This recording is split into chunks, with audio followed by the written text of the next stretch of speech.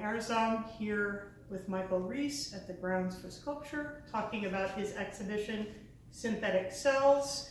This exhibition is open and on view through July 14th of 2019. Hi Michael, thanks for meeting us here today and talking about this beautiful exhibition. Hi Anna, nice to be here. So this show took you 3 years to make. I'm sure it took longer than that, in fact, because there's a lot of work behind the scenes that went on for years beforehand, and I hope we get to talk about some of that and the process there. But this is a very technically sophisticated project, and so I'd like to know some of the background in terms of what it involved, where you went for some of this technical assistance, and some of the different digital technologies or technology involved in producing this exhibition.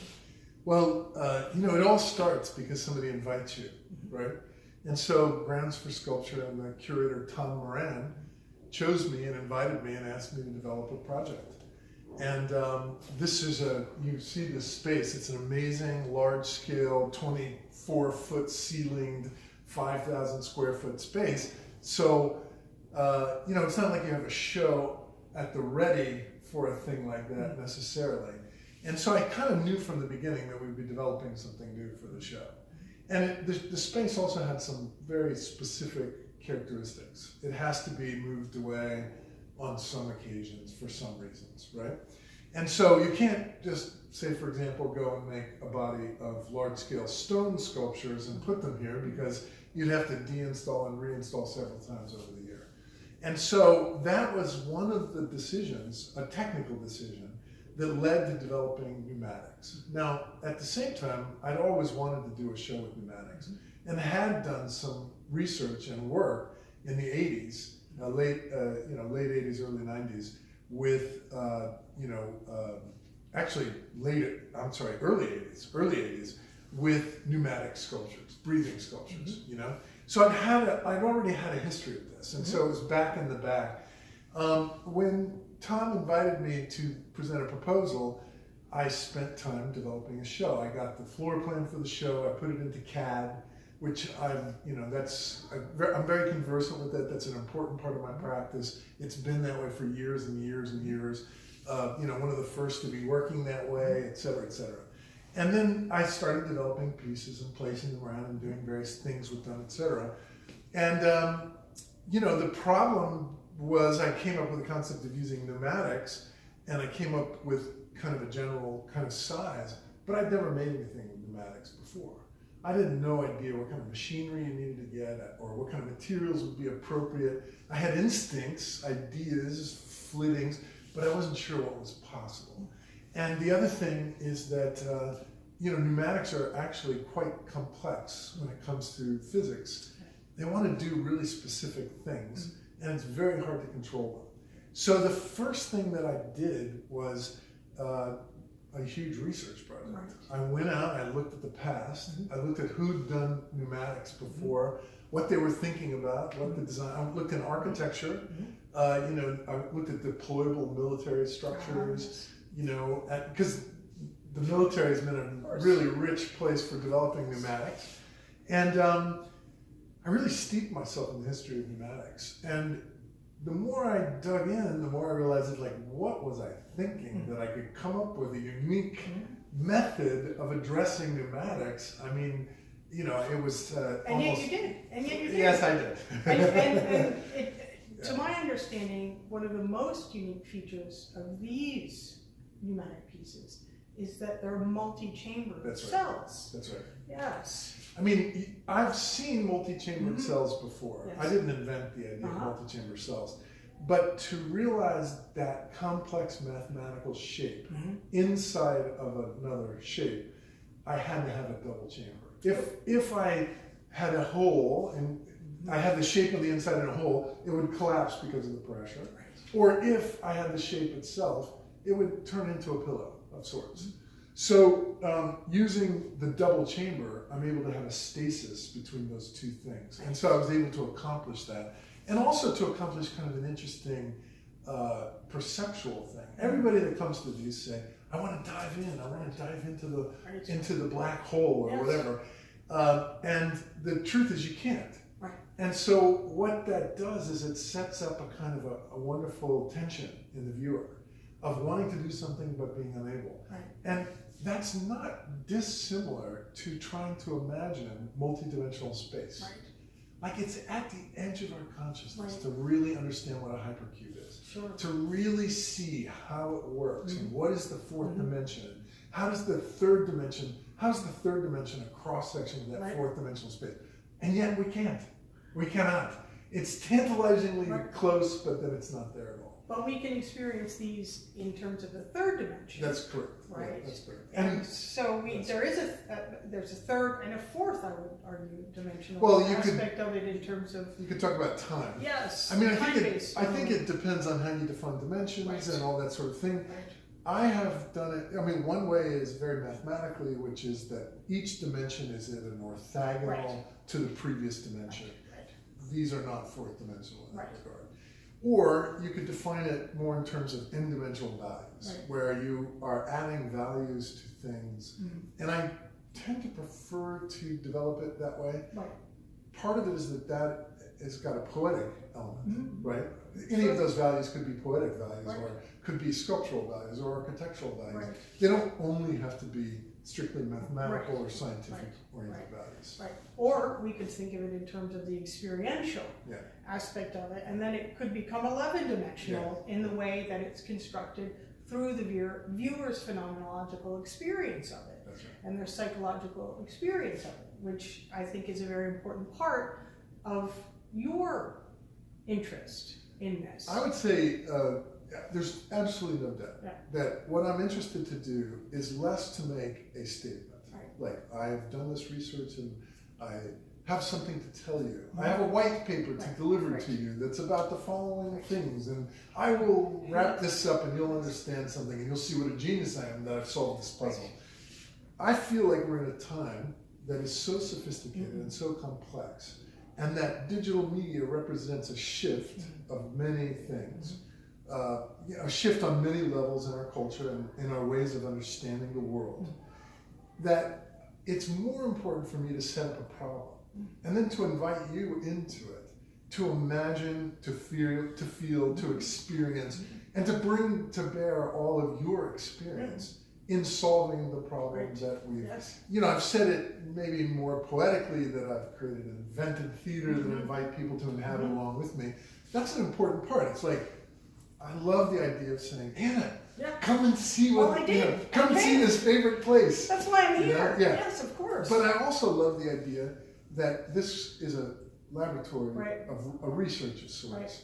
and that we can look together into sort of a philosophical, technical, scientific. I make less claim about scientific because I haven't been trained as a scientist, but I think it's Sure, there. I sure. think it's there, and scientific, and also the experiential qualities. Those are very important to just sort of open up and just let's take a look at what's here together. The psychological, the phenomenological, the experiential, existential quality of it. I've witnessed people, children, people of all ages, running toward the art rather than running away from the art. Yeah. And that is rare. And I think you've created something that's really unique because you have invited this and created this space for interaction, for serious play or engagement. Yeah.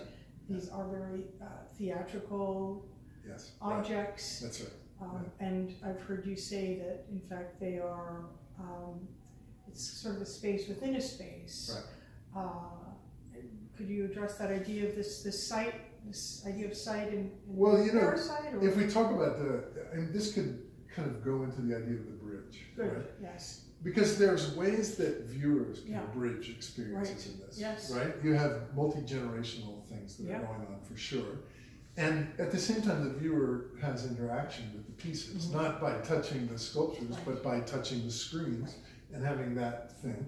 And they set up a performative kind of thing that we're going to talk about Right. a little bit further Yes. and a little bit more deeply. But then at the same time, the show within a show, the worlds within worlds. I mean, we have there's lots of ways to think about this framework, Right. and I'm always a little reticent Right. to sort of dice it up a Right. little bit too quickly for Right. viewers. But the truth is that I have three different states. Uh-huh. I have a sculptural state, Yes. which is very math oriented, Mhm. very mathematical. Mhm. The shapes are, NURBS, surfaces. They reflect some of the math that describes black holes and wormholes, event horizons. Sure. They have a kind of a passageway sort of feel to them. Then there's photography. There's photographs or images. Sure. And before you activate those images Right. with tablets, Right. that is a whole language that everybody in the art world is conversant about speaking. Right. And so they're putting this together. Well, I've got a photograph over here, and I've got a drawing over there, and I've got a graphic over. What is all this Right. stuff? Why is it here? Why is it? How's it operating? Right. What is? And then the final element, the third element, Right. is and they sort of destabilize each other. Sure. It's kind of hard to They see shift. the sculpture Yeah, they shift. when you're looking at the photograph. Yeah, And yeah. it's sort of hard to see the photograph Yeah. sculpture when you're looking at the interactive Right. media. Right. And so each of them sort of destabilize themselves, and then somehow or another, your brain can't help but do this. Right. And you have this experience. Right. It starts piecing it back together again. Right. What really intrigues me about digital media and this particular augmented reality technology is that unlike photography, Right. which Right. sought to represent reality in a Yes. realistic way, Right. it is 100% complete that this is a construct of reality. Right. It is there for you to make of it what you will, Yes. and to put it together in your own ways, Right. under your own circumstances, right? Yeah. And that idea is profound. Yeah. I really believe that's Sure. Well. that brings into our culture an amazing, and so that was also foremost in my mind as I developed the show, because I wanted to invite other people Right. to use these works as channels for their own work, right? Right. And that's part of that worlds within worlds Absolutely. concept, Yeah. right? Yeah. And so I we ended up inviting a curator who invited other artists to develop augmented reality projects. Right. And so that sort of notion of a portal, of math space, of permeability, or of wormhole, Yes. trajectories or whatever, or multi-dimensional or n-dimensional things, Right. is then reflected in this idea of a show Right. where you can have other shows, Absolutely. right? And you can have other experiences. Right. And if you look, we have different, one is John Craig Freeman, in which he has gone to China and he's documented things that got destroyed, absolutely destroyed. But you're sort of taken into this other space, in this other place. It's a political space, it's a cultural space, it's about loss, it's about all these kinds of things, and you're taken to this other place through these portals, through these possibilities. In this case, almost always image targets Right. with the augmented reality. And then, of course, there's my work too, which also has augmented reality. I just want to make sure you know that. Right. Right. I developed I developed the original site. Right. The site of the sculpture, Right. the site of the photograph, and then also did augmented Right. reality. Right. with it. Right. And those were animals and insects. Right. And And it's, why animals and insects? well, I appreciate this. It's kind of a wacky idea. The idea is that these are kind of pastoral sculptures in a way. They're sort of about nature, right? But they're not about nature. First of all, pastoral sculpture, what the hell is that, right? We have a tradition of landscape. We have a tradition of sculptures in the landscape, but do we have pastoral sculptures per se? And what does that look like in the 21st century? Right. And this introduces the collision of the possibility that we can't even get to nature Right. anymore Right. without math. Right. We can't even go there. Right. Right? It's not like we can be Caspar David Friedrich Right. Right. and wander above the sea fog and see the generous Right. beauty of nature and contemplate our place Right. in the sublime and all this stuff. Sure. We're so past that, Right, you know? right. And now we're seeing nothing but lens upon lens upon Right. human lens upon human lens. Yeah. And we can say math, and according to our best Right, thoughts, right. math is the universal language Sure. of our. Poetry. Yeah. Poetry of the universe. And at the same time, maybe it's not. Maybe not. Maybe there's Sure, no problem. Just do it right now. Yeah. Maybe the math isn't the most, maybe that's a deficient language. It's the best one we've got. But maybe the model and the space that it hopes to, maybe the model and the space it hopes to describe are really quite divergent. Right. And I think if I were a gambling person, I would gamble that is true. Right. That there's an enormous distance between what we're able to describe and what is actually the reality of the situation. And then, of course, Well, then there are what is multiple the reality? realities. Right, and that's infinite, in fact. And so this kind of way of creating a experiential space, really, which allows every viewer to author their own experience in a way, right? And to have even these curious meta experiences where they're interacting with a tablet that is showing the cell and the augments, but then they're getting into the tablet and taking pictures with a cell phone. There's or this seeing kind of- other people seeing using other the people, tablets. Yes.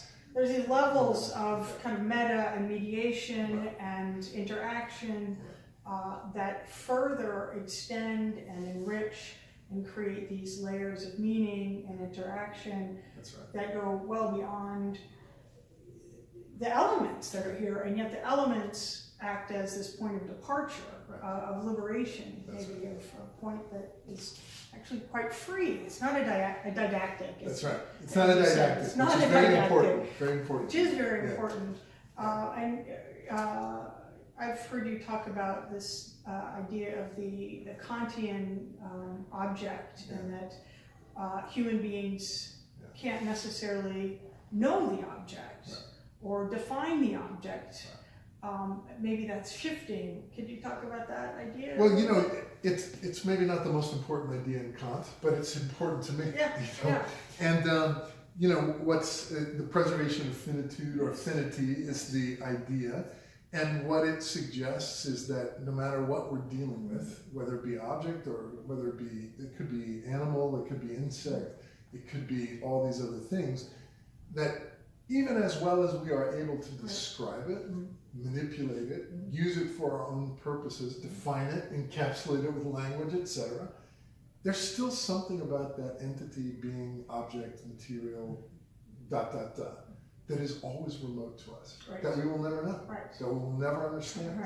And what's curious about this is I think artists, I'm going to skirt along the edge of, sort of romanticism and mysticism and these kinds of things. The artists have always understood this sort of edge. Yes. When a painting or a sculpture lives or dies. Right. And, I might suggest that if the artist isn't in concert or in communality with their materials, the thing is dying. Right. It still looks like a painting. Right. It still does everything that painting did. Right. It's by the same artist. It was done during the same month, whatever. Why is this one dead and this one is alive? Then why does this one have legs and that one doesn't? And so on and so forth. Yes. That might be a kind of collaboration with this unknown space, this possibility. And unknown things come into the known all the time. Right. I'm interested in that unknown quality. I'm interested in finding it and bringing it in. Sometimes it's something we knew, or sometimes it's a recombination of the stuff we already know, and sometimes it's genuinely new. Right. We don't really know. And so that investigation and just being open to something being more than what I can think about is really important. Right. So that's why it's important that people see it, because they have their own thoughts. They bring their own thing to it. They bring their own infinities, their own wrinkles to it. And also the entity, the object, the material has its own freedom.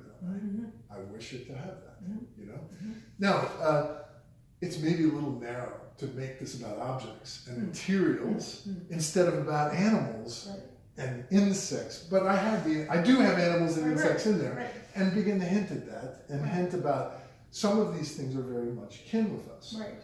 Pigs and us are like this, right? We are, biologically bound to pigs. We breed them. We make them fatter. We make them skinnier. Or make them smaller. We make them bigger. We do all kinds of things. Into organs. We harvest them. Yes. And also, for that matter, flies, house flies. Yes. Now, we would like to get rid of house flies, but the truth is that wherever there are humans, there are always flies. Right. They're commensal with us. And so, I've got these different organisms and entities that are Ants. there. Ants Yeah, as well. Very important in terms of... And the ants I love so much because their brains are so convoluted. Yeah. They really are quite Very sophisticated complex, creatures. Yeah. And, once again, so as we move up, we're kind of moving up through material, through math, through these scales, into these really complex spaces where, as an artist, I just want us to take a moment and take a good look at what's going on there. Well, ants is really interesting to me because A.O. Wilson, who lost sight in his eye, wanted to study other animals, apparently, but because he lost that depth perception, he had to get very close. And so the idea of ants and the idea of that scale is really interesting. Where Deleuze and Guattari talk about the molar scale. Right. And these are interesting in the way they shift scale, too. So talking in terms of even an interior space that's infinite. Yeah. How close can we get? Right. How close can we get to knowing an object? And if you're talking about this this finitude, can we even ever know ourselves? I would say no. Right. It's a constant kind of. It just keeps bifurcating. It really does. It really does. And then the nature of reality, of course, and realities, and everyone is going to have a different understanding and interpretation of each of these little microcosms that can keep unfolding. And I was just thinking in terms of this idea of the math and the sophistication in terms of the math used to, one, make the inflatables, two, make the inner chambers, and then making the augmented reality, which is sort of overlaid and that's interactive. 100% math. It's all math. Right. Math being this poetry of the universe that allows you to kind of sort of contain them all, or manifest all of them. And what these cubes are really doing is it's claiming a certain cubic volume of space in an interesting way. And that space, so then suddenly it becomes about this space. This space, which is an interior space. And these really refer to, and sculpture always refers to the body. And architecture. Yeah, sure. So then suddenly we're talking about the body. Yeah, absolutely. And a relationship between the viewer and the body in the architecture, in space, in math, in our own heads, with our phenomenological experience. And you were talking about this idea of the pneuma, the breath, or the vital life. It's funny, I really wanted to call this show Pneuma, but there's an artist named Chico McMurtry who'd done a work called Pneuma, and I didn't feel, I could have named it Pneuma, and he could name his Pneuma, and we could both be Pneuma. There's no reason why we couldn't Call both me be Pneuma. But exactly. Pneuma, that name is breath, or something like that. I decided that I had to dig a little deeper, or whatever the case may be. But pneuma, it's an ancient word. It's a Greek word, and the Greeks, had such great command of language, and those words just always peel apart into multiple things. It refers to breath, or life force, or essential energy, or soul, soul matter, and so there's something about these pieces that they have this kind of it's apart from you. Right. You can't get in there. Right. As we discussed, and there's a little frustration about that. Right. And yet at the same time, there's this place in there. Right. It's a little, I keep going back to the allegory of the caves. Right. We're out of the chains. Sure. And, there's something's opening up to us. Yeah, something's opening up to us. And we're not sure quite what it is. Yes. And so pneuma maybe is a hint. Right. A hint to that. That élan vital, that could be present in these. The other thing is that I really wanted, I had done a show called Clown Town that happened in November of 2016. I saw some of that. Yeah. Yes, of course. And it was all about the Yeah, election and right. all about this internet moment, and I really thought it would just pass and we would just get on with Hillary. Yeah. And that's not what happened. And the fact is that show was overwhelmed by that moment, Right. but also it was a very critical show, very smart, full of analysis Right, and all right. this sort of stuff. And I kind of realized that, of course I'm a smart person and you'd be interested in, we'd have conversation, we'd all be interested, Sure. but the analysis didn't really amount to very much, And so I wanted to seek for another kind of commons, a place that people could meet. And maybe at this particular moment, meet without conflict, meet without, the conflict's going on. Right. It's important to have Sure. it, Yeah. right? I'm not saying Right. shy away from the conflict. Right. But what I'm saying is we still also have to make spaces that start to connect people together. Right. Yes. And this kind of gets into this question. We were talking about science and what are the opportunities for science and art and mathematics and these And politics. But wait, let's Right. so I wanted Sure. this to be about Let's joy. suspend that. Yeah, sure, I wanted it to sure. be about joy. But that's political too. Yes, it can be. Joy is very political. Yeah. It can really upturn the cart. Yes. Right? Yes. Look what happened when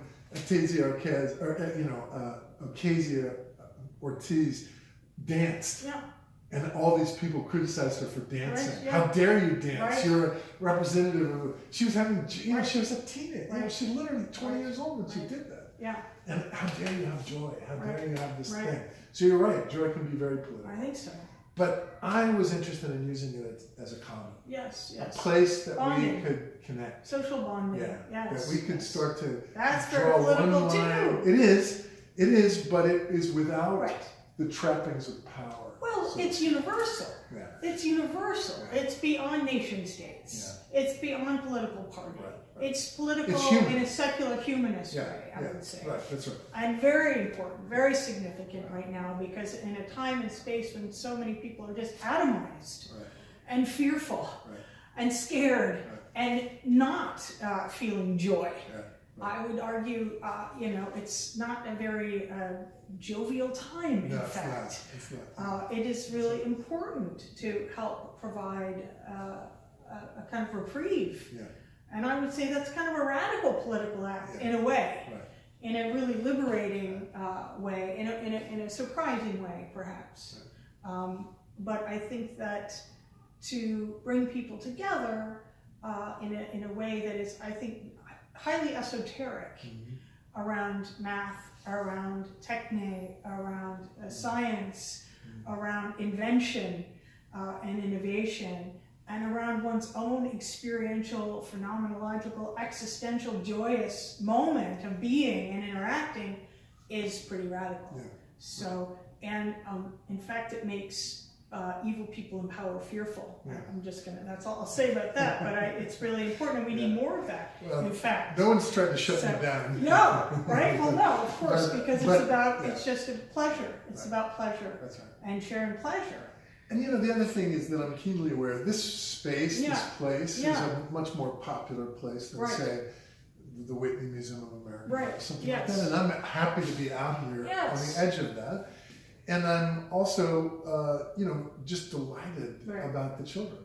Yes. There's 10, 11, 12-year-olds who are lighting up Yeah. in this place. Yeah. And, playing in math Yeah. and in geometry and Yes. color and Yes. form and animals. I mean, they're lighting up in this Right. place. Yeah. I want this to happen. Absolutely. I want this Absolutely. to happen. And in fact, I would say. I was self-conscious of this. Yeah. Oh, yeah. Well, it's so important Yeah. because I'm very aware of how education failed me, and Right. we could talk about that. And now I hold several patents which are heavy in math, Right.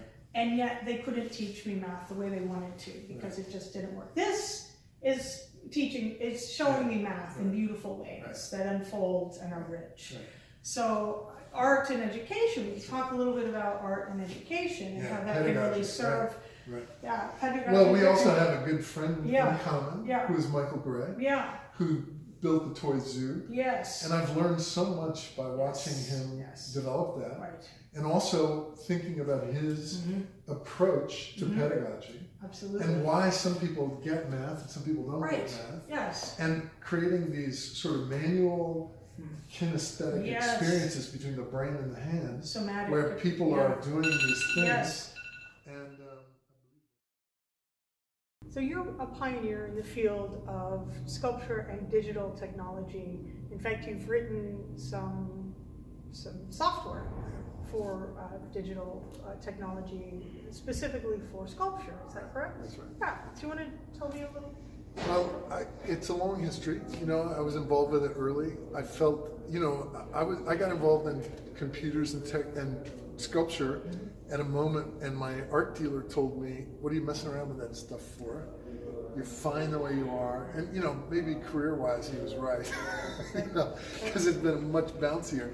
But the thing is that I think I felt or saw from an early age, early times, that the moment you could hook up this graphical user interface with objects and object making, that was going to be profound. And that, I mean, I think the first time I'm aware of that is in the 90s, early 90s, right? And then, you know, I was around some other people that also explored that and experimented with that. And I went there, you know, I went there with a passion and in a deep way. And, you know, I really wanted to explore. First of all, it was a wide open moment, right? It hadn't really been completely defined by the companies or the industries about how they were going to use it. And when you come to something for the first time and you see all of its possibilities, that's kind of an amazing moment. Sure. But then, and this happens to everybody, you start to develop a path into that. And that path starts getting locked. And it gets to a point where that's what you do with it. And the possibilities start disappearing and going away. This is one of the reasons that I think it's so important for artists to get involved with technology and with science. Because artists have this way of keeping the door open, right? What about this? What about that? They're kind of pains in the ass. They're kind of jackasses. They're kind of like, they're almost laughable. They're almost, they say no. You know, they have all these interesting qualities. And so I think it's really important for artists to get involved with technology.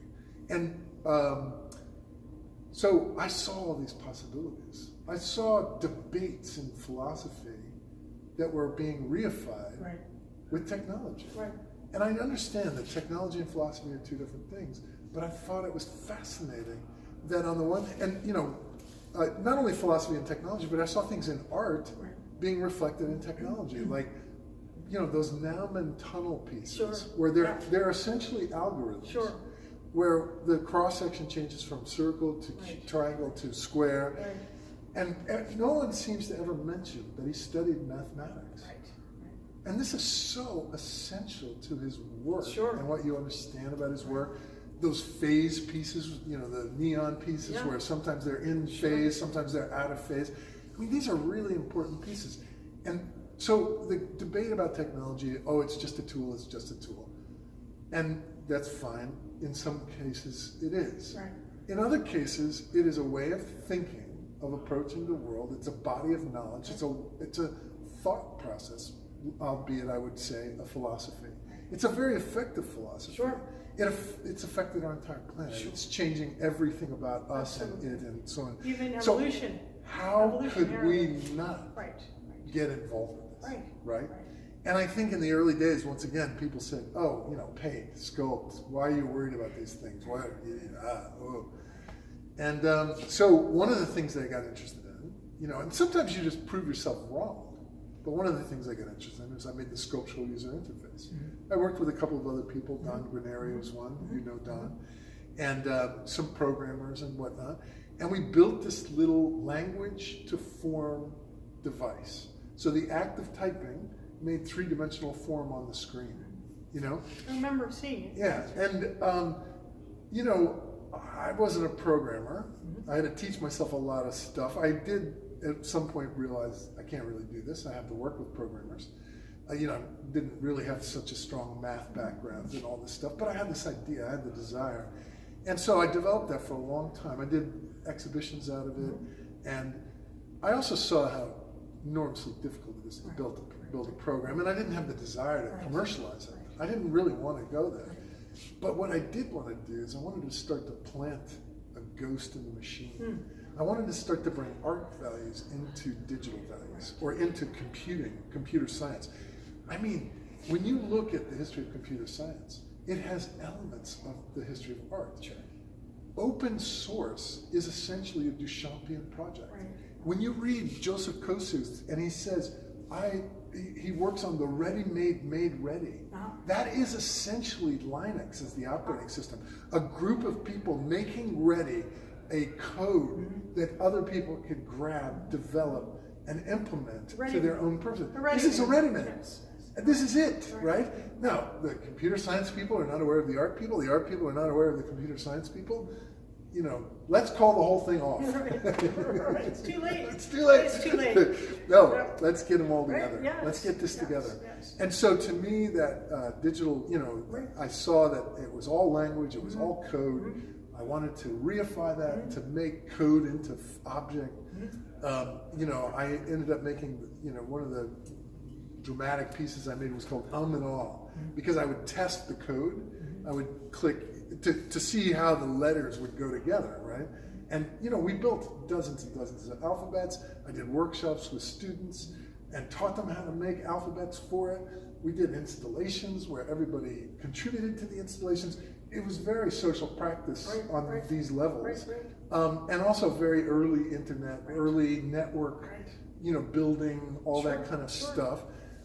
It wasn't super broad and super open, but it was there, you know. I mean, because it's very geeky and super specific. You have to learn really specific skills. Code. And, you know. It's learning code, isn't it? Yeah. Well, also the design parts of it, and you know, and it was very ranging. You know, it was very open and very ranging. So, you know, I kind of forgot where I was headed with this. But, well, you designed a body of work using that, didn't you? Yeah, designed a body of work. I did a couple of shows. Yes. One was called, you know, I'm not going to remember the names of the shows right now, but but you know, so that was an early foray into using code and doing that kind of thing, and exploring sort of this relationship between computer science, not as a tool, but as a thought process, as a philosophy, as an approach, and examining where that might come into play with art, you know, and you know, also I think it helped me a lot develop my sensibility about not making artistic expressions, and rather making sort of setting up problems, artistic problems, cultural problems sometimes, that we want to take a look at and inhabit, right? Of which this is clearly a laboratory of that. Yes. And I think the social has, you know, I couldn't imagine doing the augmented reality and the shows and stuff without including other artists. Right. And without inviting them into this process, and without creating a network of sorts. And the only thing that we're not bound together in the traditional sense of a show, where we have a theme and then, you know, you represent this part of that theme and I represent that part of that theme. No, we're much more bound, rather than a theme where these are transitions to other spaces, to other places, other perspectives, you know, and you know, maybe as we get deeper, themes will evolve and develop, but we're just at the very start of this, you know. It's true. We're still just at the beginning of it. It's true. You know. And it reminds me a little bit of artificial intelligence, where all of these minds and all of these people coming together can create a bigger intelligence, or a bigger brain, if you will, or a bigger organism that can create a new meaning, new ideas, and through this process of coming together, generate. It's generative. Generative, right? It's really speculative generative. and generative. Yes. And I think those are really important positions. Right. You know. Absolutely. Even just coming together is important. You know, art is this place where we can just be. You know, we don't have the weight of having to be right. Right. On us. Thankfully. You know? Right. And in science, there's some real reasons why you want to be right. or wrong. You want to know the truth of something, the objective truth of something. And in art, we can kind of muck around a little bit. I'm sure they want a piece of this.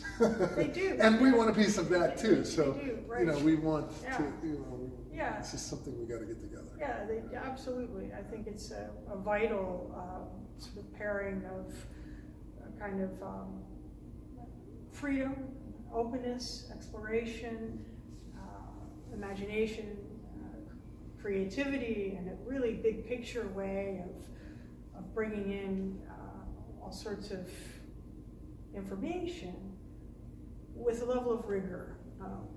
You know, testing it 5 times. Yeah, right. That's where they come in. Yeah. And then technology, you know, technology, which I think artists arguably are maybe better at using technology than scientists. Yes, I'm saying that for the record. And we make it, and artists actually make the technology, in fact, because... Well, so do scientists. Well, Scientists do as well. They do. They absolutely do. They You know what? I absolutely don't do. care who's better. I don't care. I'm We not- both use it, and we use it for our own purposes. I think, you know, at one point there was no distinguishing word between art and science. It comes from the word skill. Right. Both art and science comes from the word skill. Both skilled.